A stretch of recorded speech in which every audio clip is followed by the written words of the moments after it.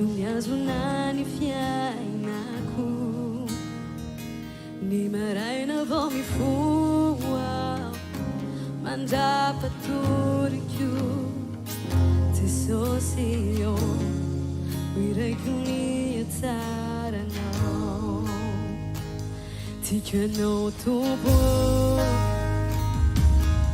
tsy mba mafoya ny fandramponao ny tananao no miazona ny fiainako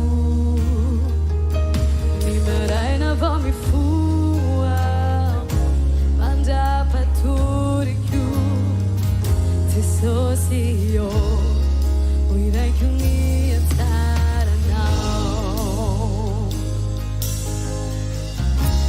atoky anao teo amin'ny fiainako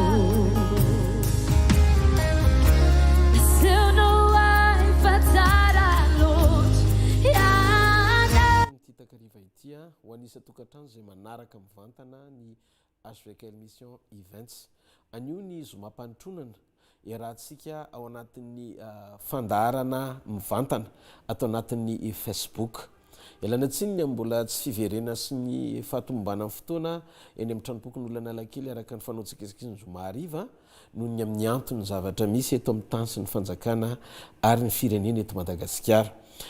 Manoroka masina antsika tsiray avy amin'ny anaran'i Jesosy Kristy tena tianay nareo ary inoko koa fa mihoatra lavitra noho izany fitiavana izy fahatsiarovanay ary fonay manina nareo zany ny ao am-pony Jesosy Kristy ho anareo tsirairay avy. Avy hatrany dia hivavaka ametraka ny fotoana eo ampelantanan'Andriamanitra. Ray masina tsara indrindra zany an-danitra misaotra ny amin'izao fotoana izao, misaotra ny amin'ny fotoana nanomezana ho anay tombony manokana ho an'ny teninao indray amin'ity takarivo ity. Aoko fampaherezana ho an'ny tsirairay avy mba ho haina ho an'izay mahazo azy ny teny ary fahasalamana ho an'ny nofo rehetra. Ny tenena Jehovah fa miaino ny mpanomponao amin'ny anaran'i Jesosy. Amen.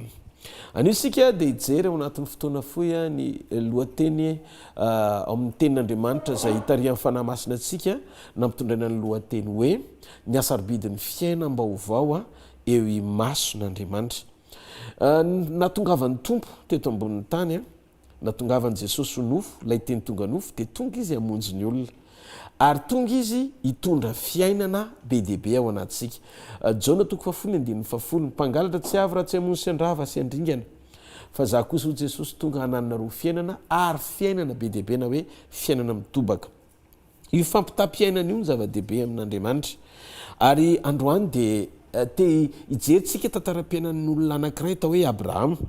Ijerevantsika ny hasarobidiny zany toe-panahy zany eo anatrehan'Andriamanitra, ny hoe toe-panaraka an'Andriamanitra eo anatrehan'Andriamanitra, ny hasarobidiny le atao hoe fiainam-baovao tian'Andriamanitra ho hita eo amin'ny fiainan'ny olona rehefa manompo azy sy manao ny sitrapon'ny olona. Dia ndao jerentsika Abrahama. I Abrahama ry havana dia 570 taona izy no nantsoin'Andriamanitra voalohany ary efa antitra izy vao nahazo any Isaka nefa olona nanateny fikasana fa ho ray ny firenena maro. Mahavariana dia zao hoe manin'Andriamanitra nanome attente na hoe nampiandry any Abrahama nandritry ny 420 taona satria ao amin'ny Genesis 17:12 voalohany Andriamanitra dia niteny tamin'ny Abrahama ndao nefa kitsika vetivety zay teny zay dia hiverenantsika rehefa avy eo ny zavatra tian'Andriamanitra ho lazaina ao anatin'izany teny zany. Genesis 17:12 voalohany. Ary rehefa 7:70 taona Abrahama ozy dia nisehony Jehovah izy ka nitenenana hoe zao no Andriamanitra tsy toa mandehana eo anatrehako ka aoka ho tsy misy tsiny ianao. Mba azonareo hoe zany zavatra lazain'Andriamanitra amin'ny Abrahama zany tena ny marian'ny Baiboly mihitsy ny presizen'ny tenin'Andriamanitra mihitsy teto hoe 7:70 taona izy vao niverin'Andriamanitra miteny taminy hoe i Abrahama zany Andriamanitra tsy toa mandehana ianao ho anatrehako aoka tsy misy tsiny ianao. Taitra ry havana ny saiko sy ny mampanahiko nahita n'io teny io. Raha oharina amin'ny Genesis 2:1-4 ny Baiboly dia milaza hoe ny ten'Andriamanitra dia manambara ny soratra masina fa i Abrahama tamin'ny 570 taona nandray antso voalohany hiala tany amin'izay toerana nisy azy ho any amin'ny tany izay nampanantenain'Andriamanitra azy. Dia niainga Abrahama 50 taon'Andriamanitra no miverina indray zany Jehovah tsy to za te hiseho aminao amin'ny Andriamanitra tsy to fa zao mandehana amin'ny fahitsiana eo anatrehako. Azonareo veroka ve hoe misy endrika anakefatra namorona an'Andriamanitra ny olona tamin'ny fomba mahagaga? Mety gaga tsika hoe ahoana indray zany zavatra lazain'ny pasteur Rodolphe zany, fa rehefa mamaky ny ten'Andriamanitra tsika dia mahita hoe be dia be kay tsy tsotrany tamin'ny fomba namorona ny Adama ihany namoron'Andriamanitra ny olona, fa misy karazany efatra samihafa amina dimension samihafa na dingana samihafa no nosehon'Andriamanitra tamin'ny famoronana ny olona. Zao aloha voalohany indrindra, navita namorona olombelona izy avy amin'ny vovoka, tonga dia olon-dehibe atao hoe Adama. I Adama tsy natera-behivavy. Raha ianao zany zao hoe mivoreto zao tsika ao anatin'ny olona be dia be Adama, dia tsotra fotsiny no ahitana hoe iry Adama. Savao ny fotrany fa i Adama tsisy fotra satria tsy natera-behivavy izy dia nitapahana ny tadipotrany dia fantatra hoe i Adama izay olon'izay rehefa tsisy fotra. Zay zany ny fomba nentin'Andriamanitra namorona olona tonga dia ngeza be atao hoe Adama niainga avy amin'ny vovoka. Famorona voalohany. Io Andriamanitra lehibe navita namorona olona avy amin'ny vovoka io indray namboatra vehivavy niainga avy amin'ny taola tehezana sy nanakombona nofosorony avy amin'ny Adama dia ny firoany ny vehivavy atao hoe Eva. Famoronana faharoa. Avy eo indray izy navita namorona olona avy amin'ny firaisan'ny lahy sy ny vavy, dia zay ny atao hoe zazakely, zay taranaka hitantsika mandrakandroany, zay fomba nataon'Andriamanitra mba ahafahany mampitombo ny taranak'olombelona misy eto ambonin'ny tany.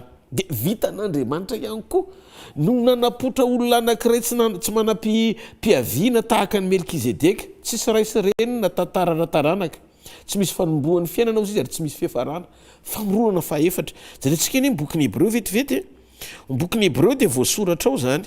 Hébreo toko 7 ny 1 ka hatramin'ny 7. Fa io Melkizedeka io zay mpanjaka ny Salema sy mpisoron'Andriamanitra avo indrindra, ilay nitsenany Abrahama rehefa niverina avy nandesy ny mpanjaka maro izy ka nitsodrano azy, sady nomeny Abrahama ny ampahafolony zavatra rehetra aza voalohany, raha dika ny anarany dia mpanjaka ny fahamarinana, dia vao mpanjaka ny Salema koa, zany hoe mpanjaka ny fiadanana.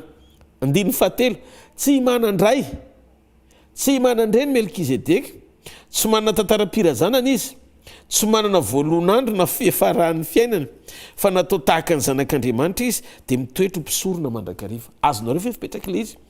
Melkizedeka zany dia karazan'olona anankiray mpisorona be, tsy manana papa, tsy manana mama, dia amin'ny fomba hoana zany natongavany teto ambonin'ny tany, baraingo zany fa tonga dia nataon'Andriamanitra nisy izy, tsy niainga tamin'ny vovoka ohatran'ny Adama, fa tonga dia olombelona natao hoe mpisorona be. Ny asa fanompoany na lalàna azy fa mpanompon'Andriamanitra izy, fa na ny fiavinana ny tantara-pirazanana tsy nisy izy. Dia vitan'Andriamanitra tahaka izany ihany koa nahavariana, nampiteraka vehivavy anankiray virjiny tsy nahalalalahy atao hoe Maria, dia tonga Jesosy. Zany hoe ny famoron'Andriamanitra olona tonga nofo anankiray efa misy endriny 5 no ny tany saiko teo. Nefa mahavariana dia zao, i Abrahama olony teny fikasana, nangataka tamin'Andriamanitra izy mba hanataranaka fa tapitra ihany ny 420 taona fa mbola tsy tonga Isaka. Inona no antony natonga an'Andriamanitra? Taraiky. Nefa Andriamanitra tsy toa no anarany mahefa ny zavatra rehetra izy. Raha reo zavatra nytany saiko teo aloha reo asa famoronana 5 nisehon'Andriamanitra tamin'ny famoronan'ny olombelondreo, dia mampitapombava ampitenenantsika hoe tsy to Andriamanitra, mihoatra no fahagagana izy, mahefa ny zavatra rehetra izy, mpamorona sy tsy to izy, tsy misy mihitsy ny tahaka azy amin'izay Andriamanitra, fa mahatalanjona sy mahavariana ny asany. Kanefa Abrahama mpanompony, zay izy ny antso azy mahavariana, fa izy ny namoaka azy tao an-trano nandefa azy any amin'ny toerana izay tiany ahitanany Abrahama olovany, dia nahavariana ry havana 7 taona ihany Abrahama, fa mbola tsy tonga Isaka, mbola tsy tanteraka teo amin'ny fiainana le fikasana izay nitenenan'Andriamanitra taminy fa ho tanterahany eo amin'ny fiainana. Inona no antony mahatonga an'Andriamanitra taraiky nefa zavatra goavana be ohatr'izany ara vitan'Andriamanitra?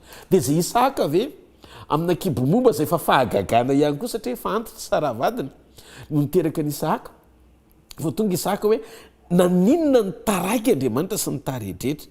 Tiako fantatsika aloha voalohany indrindra fa sarobidy eo imason'Andriamanitra ny fahananantsika fiaina-pahitsiana miaraka amin'Andriamanitra. Andriamanitra dia te ahitatsika miaina ao anaty fahamarinana, miaina amin'ny fahatahorana azy, miaina amin'ny fanompoana azy, amin'ny fahitsiana. Tena sarobidy be amin'Andriamanitra zany ry havana. Ndao jerentsika kely ny zavatra nilazainy Josoa. Josoa dia nampitondraan'Andriamanitra teny eo amin'ny bokin'ny Josoa. Josoa toko fa 4 dia jerentsika ny 9:7 vetivety. Ozy izy ny ten'Andriamanitra hoe ko ankehitriny matahorany Jehova ka manompo azy amin'ny fahitsiana sy ny fahamarinana. Ary io ny Andriamanitra izay nitompon'razanareo tany an-dafin'ny ony sy tany Egipta ka manompoan'i Jehova. Eto zany dia neorina an'io moa hoe raha raha izasy ny akonina kosa dia nompoan'i Jehova zay.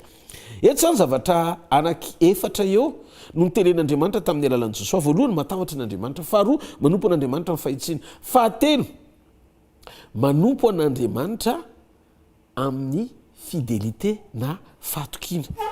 Eto zany ny zavatra tiako anairana antsika dia tsotra. Ny valiny amin'izay olana ny lalovan'i Abrahama ka natonga tsy tena nahita ny tanan'Andriamanitra amin'ny hafainganana mpandeha na dia zavatra mbola mihoatra noho izay nandrasan'i Abrahama aza ny nataon'Andriamanitra ny alohan'ny fotoana na nomezan'ny fikasanan'i Abrahama dia zao ny absence na ny tsy fisiany zay toe-pahitsiany zay tao amin'ny Abrahama. Fantatsika tsara ny tantaran'i Abrahama mandrapatonga teo amin'ny toko fa 7 ary hitatsika zany rehefa vaketsika manomboka amin'ny 12 ka hatramin'ny 7 ny Baiboly hoe i Abrahama dia niodina, i Abrahama dia variana tamina zavatra be dia be. Tsy tena nahitsy teo anatren'Andriamanitra i Abrahama. Dia teto ry havana ny nahitako hoe kay misy ifandraisany amin'ny fitavozavozako amaly zay zavatra mampangetaentan'Andriamanitra ny amiko mahatonga ny fahataraika ny tanan'Andriamanitra ny fiainako. Tena mahatsiaro fa Andriamanitra kay ory olona izy, olona zay tia mijoro araka ny sitrapony, ory olona Andriamanitra mijoro araka ny sitrapony. Fa Andriamanitra tsy raha tsy fanaka faly ahita ny vesatra misy eo amin'ny mpanompony. Fa na i Abrahama zay natsony tamin'ny anarany ara dia ozy izy hoe mandehana ianao eo anatrehako ny fahitsiana. Fa zany ry Abrahama tena Andriamanitra tsy toy ohatry ny teteny izy hoe na mahatonga azy lasa ny se présente na naneho ny tenany tamin'ny Abrahama ho tsy to i Andriamanitra tamin'ny Abrahama. Efa antitra sy efa ho siècle anankiray ny taonan'i Abrahama, zany 7 taona zany efa ho siècle anankiray. Za le manana ny fahaiza-manao ambony indrindra ozy Andriamanitra, manao zay tiako amin'ny fotoako tsy mbola nisy fotoana ka sanatria hoe tsy ampiery fa tout puissant ny anarako na koa raha adika dia hoe Andriamanitra tsy toa Jehova El Shaddai mihoatra no ny ampy ary Abrahama. Dia ozy Andriamanitra hoe izaho na mizara fanasitranana azy dia mbola mitoy ny mbola mitoy ny diako dia aorian'ny fanasitranana satria nisy heriny ala tamiko dia mbola le heriny ala ho an'le vehivavy mikasika ny tsobotra viavin'akanjony ka sitrana nitsahatra tamin'le hoe aretina ny sidra taoriny io izy nisy heriny ala taminy fa mbola nitsangana tamin'ny maty indray ny zanakavaviny zay nitadiavany vonjy tamin'i Jesosy. Zany hoe arakaraky ny zaran'Andriamanitra fiainana ny tombony fisehony amin'ny fahaiza-manao mihoatra zay zany le tian'Andriamanitra ho zarainy eto. Teteny amin'ny Abrahama izy tsy hoe ny heriny tsy ampy fa na nisy maka aza ka lasa le hery dia vao may mbola misy mihoatra indray azo ananganana amin'ny maty mihoatra lavitra no fampitsarana lay raha zay tsy netiny tsahatra nandritra ny 20 taona. Azonao veroka ve efa nisy heriny ala tamiko ry Abrahama kanefa mbola vao maika manao mihoatra indray amin'ny fananganana amin'ny maty. Inona ny olonako aminao ry Abrahama? Mandehana eo anoloko dia miaina amin'ny fahitsiana. Averiko, mandehana ianao eo anoloko dia miaina ianao amin'ny fahitsiana. Sarobidy amin'Andriamanitra mihoatra lavitra noho ny zavatra rehetra ny fiainantsika araka ny sitrapony. Mahatsiaro raha mamerina foana n'ilay teny hoe raha ny oloko zay natsoko amin'ny anarako no avy anety tena ka hivavaka hitady ny tavako hiala amin'ny raha tsy fanaony dia hiaino azy any an-danitra amela ny heliny ary anasitrana ny taniny. Azotsika averoka ave ny famarinany zany teny zany hoe Andriamanitra dia mampifandray ny fahafahantsika misitraka ny fisehoany mahagaga hatramin'ny fanasitranana ny tanitsika amin'ny alalan'ny faneketsika hiala amin'ny ratsy fanao efa nyzaraiko teto zay tamin'ny heriny ary indrindrindrindra ny iainantsika amin'ny fahitsiny. Io tsy mizatavan'olon'Andriamanitra fa na i Abrahama zay nomeny teny fikasana goavana be azy tena ampendrasiny nandritra ny 420 taona 7 taona any esorana ny 5 taona égale 420 taona 420 taona be zao i Abrahama no niandry miteny fikasan'Andriamanitra vao tanteraka zany. Inona ny nangatany Josoa tamin'ny Israely? Matahoran'Andriamanitra manompo azy amin'ny fahitsina, manompo azy amin'ny fahatokiana, intégrité et fidélité. Zany ny zavatra nitakian'Andriamanitra tamin'ny Josoa ho an'ny Israely. Abrahama 420 taona mifandray tamin'Andriamanitra fa nanana olana ara-pahitsiny izy. Ary zay olana ara-pahitsiny zay ny tian'Andriamanitra ho hita teo amin'ny fiainany vao tonga Andriamanitra namaly azy. Dia jereo anie voazatoetra mihitsy izy rehefa tonga ary Isahaka hoe ny tsy mampaninana eo ary Ismaela fa zao roasy garasy Ismaela vao nanomboka nitaha any Abrahama izy satria ny fikasany tsy ho any amin'ny Ismaela fa ny fikasany teo amin'ny Isahaka zay nanambarany ny teny fikasany tamin'ny Abrahama ihany. Mahitsy ve mahatoky ve Abrahama fa ny olona azo arenina amin'izay tantara ratsy lasany rehetra fa ny olana fotsiny lasa lany fotoana eo mpiandrasana ny fiverenanao Andriamanitra raha tokony omenao fotoana amin'ny fahitsiny izy hampandrosanao faingana. Dikan'izay mamosavy tena ny olona tsy manaiky ovafo satria raha miezaka ianao ny ho tsara eo mason'ny olona nefa ratsy eo mason'Andriamanitra dia miariary eo masony ohatran'ny Abrahama amin'ny fiainantsika lasa fany tsy mpiainana ny betsaka no fampandrosom-piainana. Midika fa raha tiatsika nahita an'Andriamanitra mahatsoto azy raha izany tenana zay ny tamin'ny Abrahama zany dia militsika manitsy ny lalantsika ifanaraka amin'ny sitrapon'Andriamanitra miverina eo amin'ny fahitsiny. Maninona hoe miverina eo amin'ny fahitsiny. Rehefa ireo ny feno ny fiainanao dia manana antoka fa tsy maintsy hijoro Andriamanitra ary rehefa hijoro Andriamanitra dia maninona hanokatra lalana izy. Rehefa nokatra lalana izy dia mila fantatrao fa ny fanokafan'Andriamanitra lalana ho fiainan'ny olona zay pakato azy dia atonga ny olona afaka hisantatra sy ny vokatry le fiainam-baovao zay nyraisiny tamin'ny alalan'ny famonjena no entiny Jesosy teo aminy. Tena misy ny atao hoe miaina ny fiainam-baovao maha-kristianina atsika. Men'Andriamanitra atsika ny fanamasina atonga ny teny rehetra zay voasoratra ho atsika ho tonga fiainantsika andavanandro.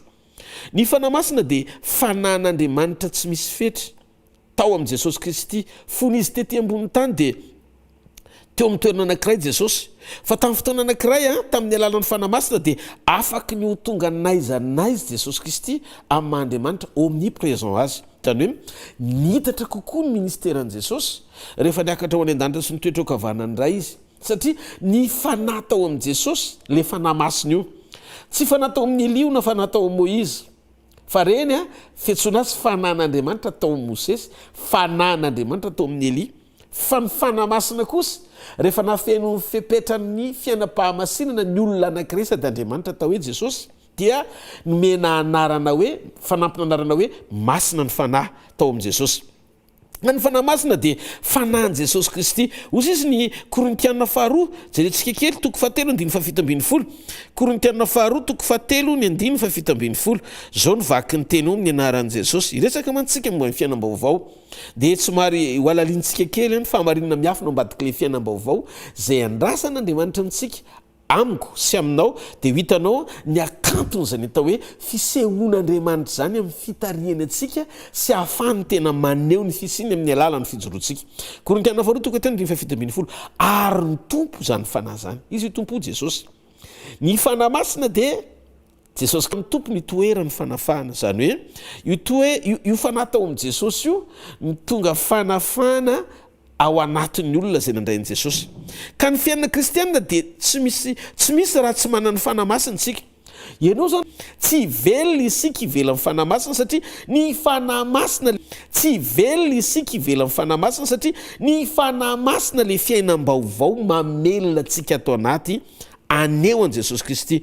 Ny fiainantsika vaovao zany dia eo amin'ny fanahy masina, ary mila fantatsika zany manitsy sy mitondra antsika anahaka sy aina ny fiainan' Jesosy Kristy, satria rehefa avy nandresy tao amin'i Jesosy Kristy, nampandresy azy teo amin'ny nofo Jesosy Kristy, dia afaka mampandresy koa ny fisiny atao anatintsika aneo an' Jesosy Kristy. Zay no mahatonga ny fanahy masina atao anatintsika. Midika fa ny fahavelomanao androany dia tsy ilay fiainanao taloha intsony, tsy ianao intsony, fa fiainan' Jesosy Kristy velona ao anatinao. Fiainan' Jesosy Kristy velona ao anatinao. Zany no mahatonga ny fanahy masina miasa. Ny fiasan'ny fanahy masina voalohany dia mampidina ao anatintsika ny toetran' Jesosy hanahafantsika azy. Jereo ny Galatiana 4:2. Ny Galatiana 4:2 ny apôstôly Paoly dia nanambaran'izany ry havana, ny 9:20. Fantatsika tsy anjery zany teny zany. Zao nataon'i Paoly rehefa niova fo izy. Vombo niaraka tamin'i Kristy teo amin'ny hazo fijaliana. Zany hoe izaho le Paoly taloha dia efa maty teo amin'ny hazo fijaliana niaraka tamin'i Jesosy vombo teo. Ary zao nitsapako ao anatiko, tsy za tsy no velona fa Kristy ny velona atao anatiko. Dia zao izy zavatra ivelomako ankehitriny eo amin'ny nofo maha-Paoly androany ohatra antsika androany, dia ivelomako amin'ny finoana ny zanak'Andriamanitra zay efa tia ka nalolotra ny tenany hamonjy ahy. Midika fa io fiainan'Andriamanitra eo amin'ny olona io no mitahiry sy mamelona ny olona eo amin'ilay natiora vaovao maneho an' Jesosy Kristy. Natiorantsika vaovao tsy isika teo aloha intsony, fa natioran'ny Kristy ao anatintsika. Kristy ny fiainantsika, ao amintsika no velona. Zay no mahatonga an' Jesosy ny teny sy ny laza ao amin'ny Jaona 4:7-7. Jaona 4:7-7.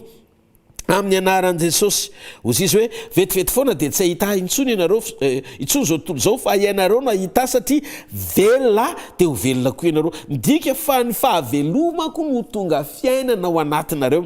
Velona Jesosy. Isika zany no mahatonga antsika taraiky tsy mahita ny fisehoan'Andriamanitra malalaka, tsy mahita tsara ny fivelaran'ny fisehoan'Andriamanitra amin'ny fomba tsy takatry ny saina, dia satria isika malaina ny aneo ny sehoany fahavelomany, malaina ny hotarian'ny fanamba hisehoany fahavelomany Jesosy. Fa mbola teo velona eto amin'ity nofo tsy namantsika ity, nefa anjavona rehefa tonga Jesosy ka hivenany amin'ny rahoan'ny lanitra pakatra antsika. Raha tsy mbola zay moa dia anjavona amin'ny fotoana fahalovana miatrika fahafatesana. Midika fa rehefa isika ny tsy manaiky atsafidy hiaina ny fiainan'i Jesosy Kristy, fa mbola hitoetra ny faratsy ny ota ihany, amin'ny fiainam-palitona ihany, dia ohatrany tsy miaintsika satria mamboatra sy manohatra atsika ny fanahin'Andriamanitra mba hahatonga le fiainan'ny Kristy izay fandraisitsika ato anaty ho avoaka an'Andriamanitra miarihary amin'ny alalan'ny fanampian'ny fanahiny. Zay no mahatonga ny toetra tsy maintsy miova, mitafy fadiovantsika, miaina amin'ny fahamasinantsika, tia fahamarinantsika, miaina amin'ny fahitsintsika, ary matahotra an'Andriamanitra tsika. Ireo rehetra ireo tsy hoe ezaka avy aminao, fa fiainan'ny Kristy mivoaka ho azy ao anatinao rehefa nanaiky ianao ka nanolo-tena andray an' Jesosy ho tompo sy mpamonjy ny fiainanao manokana, dia manomboka navoaka an'Andriamanitra avy ao anatinao zay toetrany zay amin'ny alalan'ny fiasan'ny fanahy masina. Zay no mahatonga antsika raha ezaka eo amin'ny nofontsika hanana ny toetra an'Andriamanitra dia tsy possible, satria ny nofo efa nangarika an'Andriamanitra. Noho izany verimaina ny ezaka ao raha ianao ny ezaka anao an'izany. Avelao ny fanahy masina hiasa malalaka, arakaraka ny andolianao sy ananao etaeta ny hotarian'ny fanahy masina sy ho feno azy, dia nomboka ho hitanao ny fitondrany anao fa reo karazan-javatra nangejanao teo aloha, dia tsy renao akory ny fomba nanesoran'Andriamanitra azy, satria le fiainam-baovao dia tsy fiainana voafaritrao ny refiny, fa fisehoan'Andriamanitra amin'ny alalan'ny fisianao fotsiny tsotro zao. Zay no mahatonga ny endriky ny zanak'Andriamanitra veriko indray miseho amin'ny endrika anankiroa. Voalohany, le nateraky indray ny fisian'ny fanahy masina ao anatin'ny olona, dia zay rehetra nandray an' Jesosy dia nomeny hery avy amin'ny fanahiny ho tonga zanak'Andriamanitra. Zanak'Andriamanitra ianao zany rehefa niova foka nandray an' Jesosy. Fa le zanak'Andriamanitra asehon'Andriamanitra amin'ny Romana 9:4 ny 4:7 ka hatramin'ny 9:7 dia zao zay manaiky ho tari ny fanan'Andriamanitra ny zanak'Andriamanitra amin'izay zay le fanehoana ny zanak'Andriamanitra ary ny fanan'Andriamanitra dia miara-milaza amin'ny fanantsika fa zanantsika confirmer le mazanak'Andriamanitra tsy hoe tononona fa zanany ny fanandray azy fotsiny fa aseho ho zanaka rehefa manaiky ho tari ny fanahy dia ozy izy ny 20 fa zao zavatra rehetra dia miantrika maniry fatratra ny fampisehoana ny zanak'Andriamanitra isika riavana dia ilay zanaka tian'Andriamanitra aseho teo fiairana irehareny amin'ny fisinao ny rainao manekery manomboka androany ho tarian'Andriamanitra mba iseho le fiainam-baovao faranazo atante lava be Abrahama satria mbola niodina izy tsy tanteraka teo amin'ny fahitsiana dia tadidio lasa niandry 420 taona en attente izy niandry 420 taona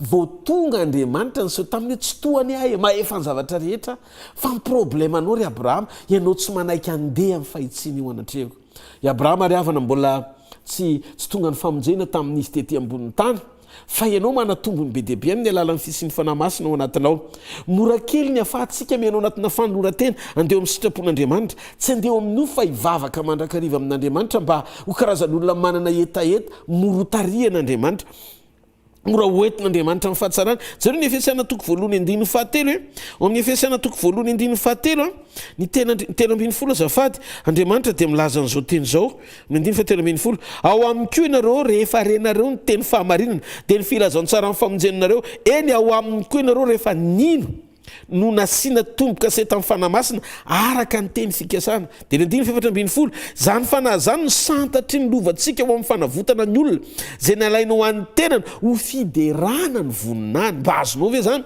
ny fanahy masina na misy tomboka se ny famonjena mahatonga ny fiombonanao amin'Andriamanitra ho tanteraka araka ny sitrapoiny zay mahatonga ny Romanina toko 9:7 ao amintsika ny fanahy masina rehefa nandray an Jesosy sika Romanina toko 9:7 fa ianareo tsy ao amin'ny nofo fa ao amin'ny fanahy raha ny fanan'Andriamanitra no mitoetra ao anatinareo fa raha misy kosa tsy manana ny fanahiny Kristy dia tsy azy izy dikan'izay ao amintsika ny fanahy masina rehefa nandrainy Jesosy sika any Jesosy isika sy ao aminy amin'ny alalan'ny fanahy masina dia zay mahatonga ny Korintiana faharoa toko 10:17 raha misy olona ao amin'ny Kristy dia olom-baovao izy efa lasa ny zavatra taloha ndika ny Korintiana voalohany toko 4:7 ka hatramin'ny 20 olom-baovidy ianareo ka tsy tompon'ny teninareo intsony satria rehefa vidiny tamin'ny raha isika dia tonga fananany isika tsy mahazo manao zay tiantsika na manan-tsafidy azy satria midika ny fanoloran-tena dia an'Andriamanitra ianao na tonga saina sy manan-tsafidy azy dia tsy natao hanomponofo sy ny filanao fa andeha amin'ny sitrapon'Andriamanitra amin'izay ka tsy misy kristianina raha tsy ao amin'ny fanahy masina satria ny fanahy masina mahatonga antsika ho zanak'Andriamanitra ary meteza ho fenoy sy tariany amin'izay mba ho fantsona anehoany an' Jesosy Kristy amina toe-po sy karazana fiainana ankasitrahan'Andriamanitra ho avy Jesosy raha tsy manaiky tsika den'izao ho vainy ao anaty dia tsy afaky niova eo ivelany amin'ny fotoana iverenany den'izao tsika mampandroso mba hatonga ny fanahy masina hampandresy ny Kristy ao anatsika mba hatonga ny tinofo mety loha ity rava sy anjavona amin'ny fotoana isehon'ny mpapakatra satria io nofo tadidio fa tsy namanao io mandao anao io na ilozanao dia aleo ilozana meloha amin'ny fotoana iverenan'i Jesosy amin'izay rehefa isehony eny amin'ny raha an-lanitra Jesosy dia anjavony ity mety loha ity fa isehony famira-piratana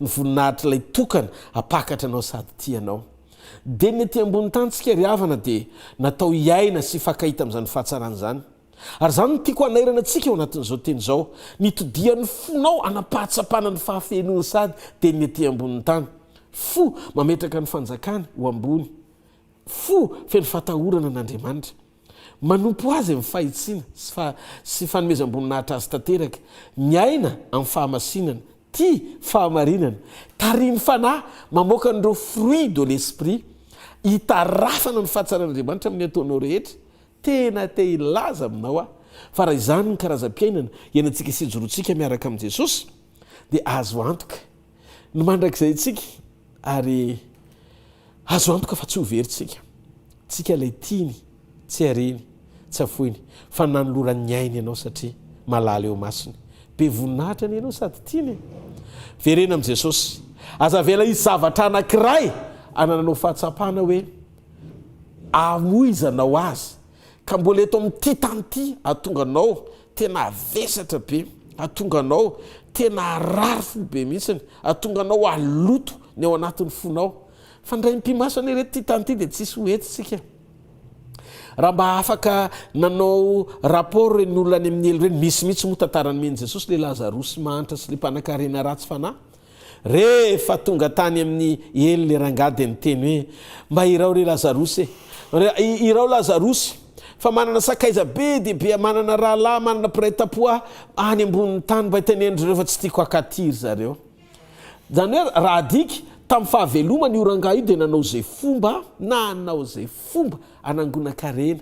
Mety hoe ary marina nitadiavany volana tonga azy nanan-karena, fa nitoetra ny ratsy fanahy, manao tsinitsinina mahantra zay toe-po tena tsy mety mihitsiny, manao tsinitsinnin'olona tsy tonga saina mihitsy izy hoe hifarana ny fiainana, fa teo amin'le fotoana nananany zavatra rehetra dia vitany devoly nampanginany sainy hoe ohatrany tsy ho fatsy zany tsika, mbola eo amintsika daholo ny hery sy ny forsa rehetra, ny arena sy ny zavatra rehetra. Dia ndikan'izay io hery io misy efarany.